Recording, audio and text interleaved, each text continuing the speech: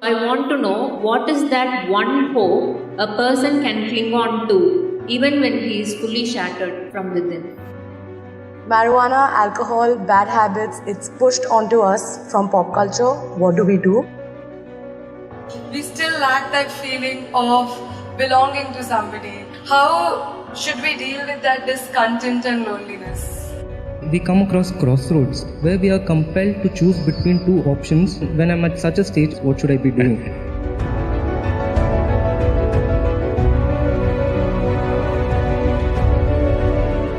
Sadhguru, when certain youngsters face problems or difficulties like failures, breakups, loss, etc., a few go for drugs or alcohol instead of solving the problem and finding solutions. So I want to know what is that one hope a person can cling on to even when he is fully shattered from within. Oh, so many broken hearts here who are clapping their hands.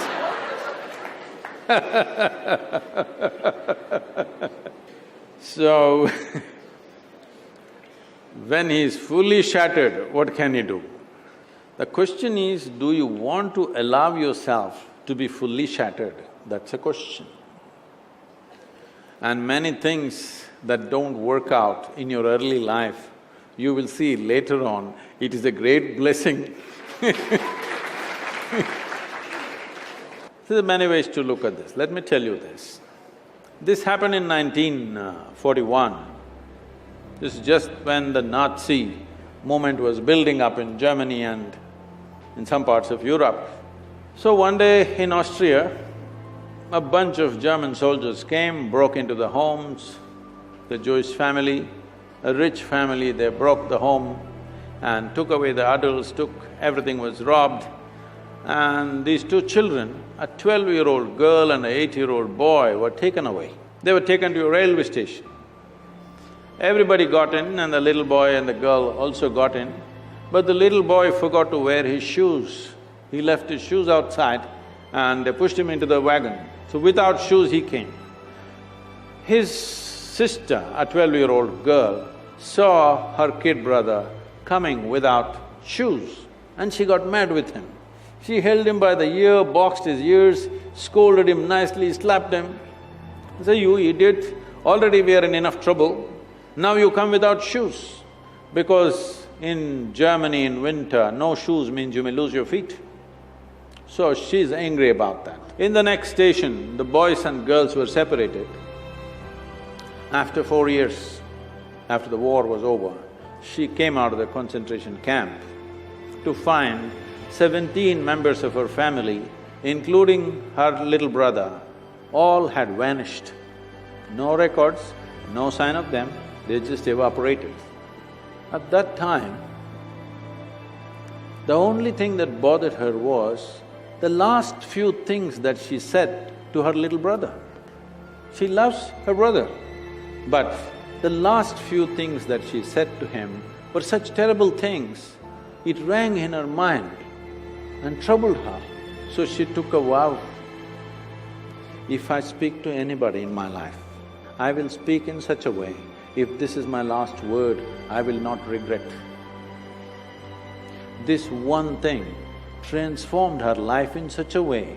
She went on to United States, she died in 2006, she did some phenomenal work, built a hospital somewhere near Chicago, I think. She lived a fruitful life. I'm saying, even if you're put through the most horrible situations, either you can come out using that experience as a better human being, or you can use the experience to become a horrible mess. So whenever something hurts you, there are two options. You can either become wounded or you can become wise. This is the choice. The more things hurt you early on in your life, the wiser you should have become, isn't it? But unfortunately, most people become wounded. This is simply because they just need an excuse to turn their own intelligence against themselves, that's all. Especially if the world around you turns against you, is it not very, very important that your intelligence stands up for you? being in this hyper-competitive environment, I sometimes question myself, should I be more competitive? Those who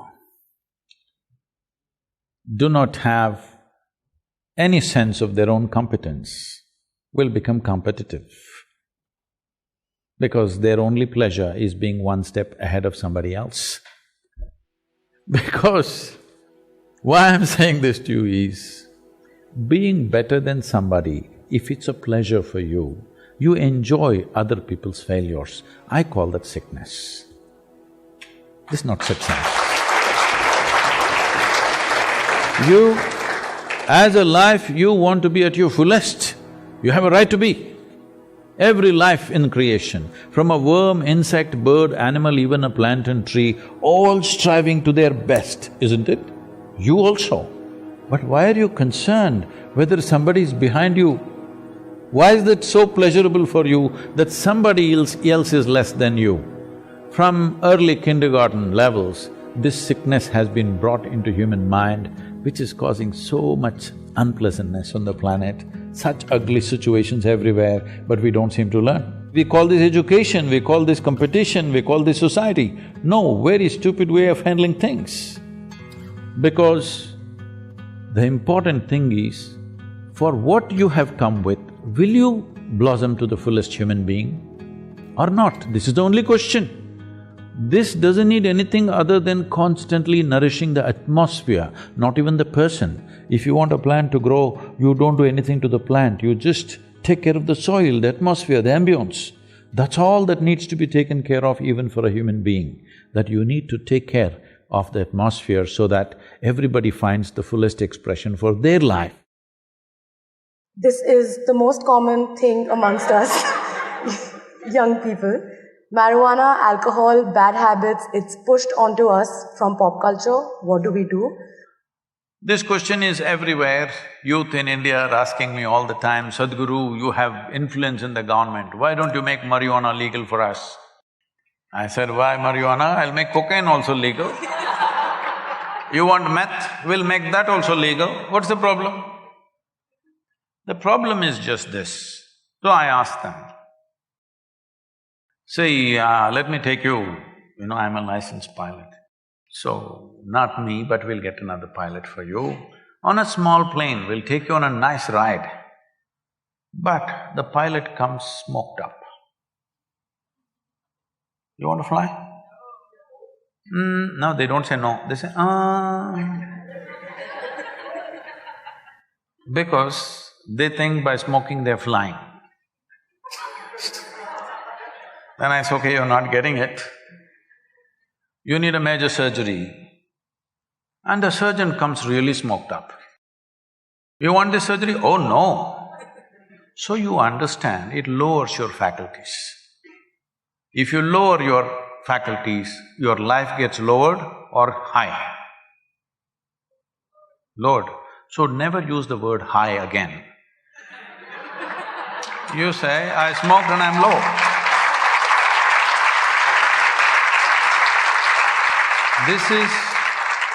This is not a moral issue for me. I have no morality in me. But life should work, isn't it?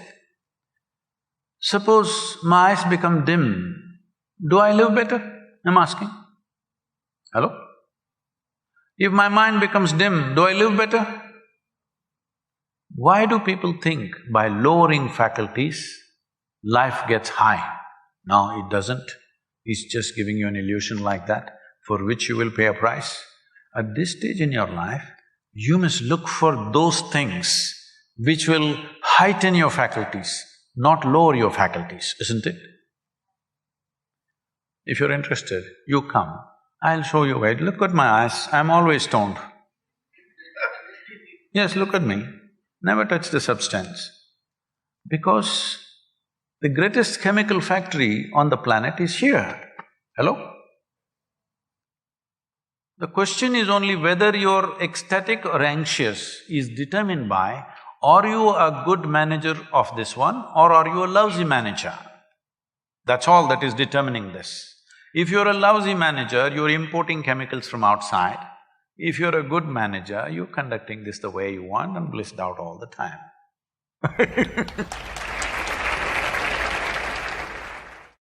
Despite being surrounded by so many people, we still lack that feeling of belonging to somebody, being accepted by somebody, being loved by somebody. How should we deal with that discontent and loneliness? What you call as joy is one kind of chemistry, misery is another kind of chemistry, stress is one kind of chemistry, anxiety another kind of chemistry, agony one kind of chemistry, ecstasy another kind of chemistry. At least ecstasy, you know it's another kind of chemistry. I hear. So, your experience of life has a chemical basis to it. Right now, let's say you really blissed out like me. Do you care who is around, who is not around? If they're around, it's fantastic. They're gone, fantastic. Because your experience of life is no more determined by what you have and what you don't have, whether it's people or things or food or this or that. It is not determined by that. Once your way of being is not determined by anything outside of you, then there is no such thing as loneliness. But you will enjoy your aloneness because whether you like it or you don't like it, at this young age, it's a little difficult to understand this, whether you like it or you don't like it, within this body you're always alone, isn't it? Whether you do interaction or intercourse or whatever, still you're alone in this body, yes or no? Hello? If you don't learn how to handle this aloneness, you have not learned anything about life. This is the most beautiful thing.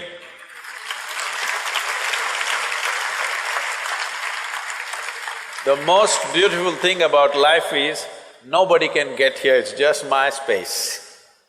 Yes or no? Isn't this the most beautiful thing? Nobody can invade me. They can capture me, they can torture me, they can do so many things, but they cannot invade me because I have a space which is just my own.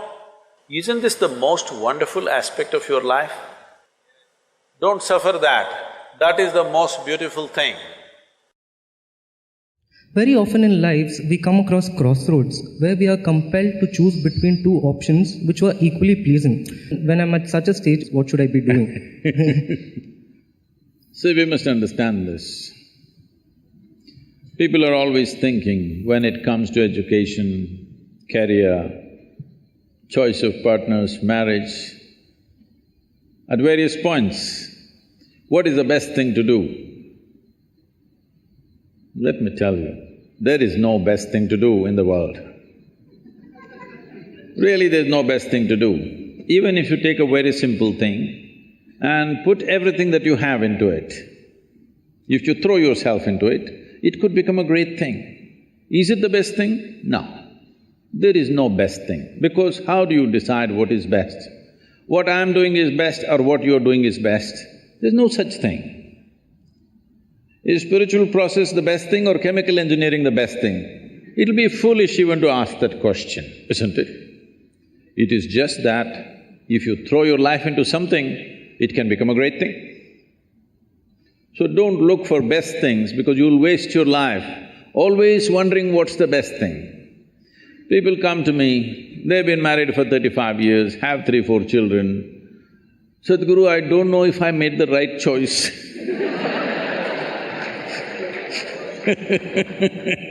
I said, well, it looks like you've not been thinking, you've been acting 4 children.